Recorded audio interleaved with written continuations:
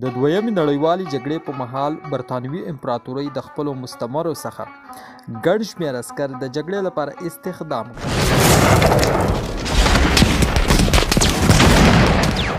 چې په دې کې د افغانستان او پښتونخوا ځینې زړور افغان جنګیالي هم شامل وو چې د برطانیې تر بیرغ لاندې د جرمني او جاپاني ځواکونو په وړاندې جګړه کوله.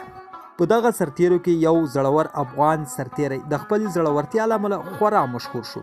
هغه د برطانوي ځواکونو په یوه ډله کې شامل و چې په برما کې د جاپاني ځواکونو د سختو بریدونو سره مخامخ شوه.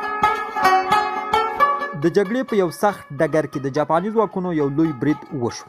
د برطانیې اکثره عسکر یا ووژل شول او یا ټپیان شول، خو دغه افغان سرتیری چې یوازې یو ټوپک ورسره و په خپل ځای کلک ودرېد. هغه د خپلو ملګرو د دفاع لپاره له ونو او خندقونو نه ګټه واخیسته او جاپاني عسکر یې په نښه کړل.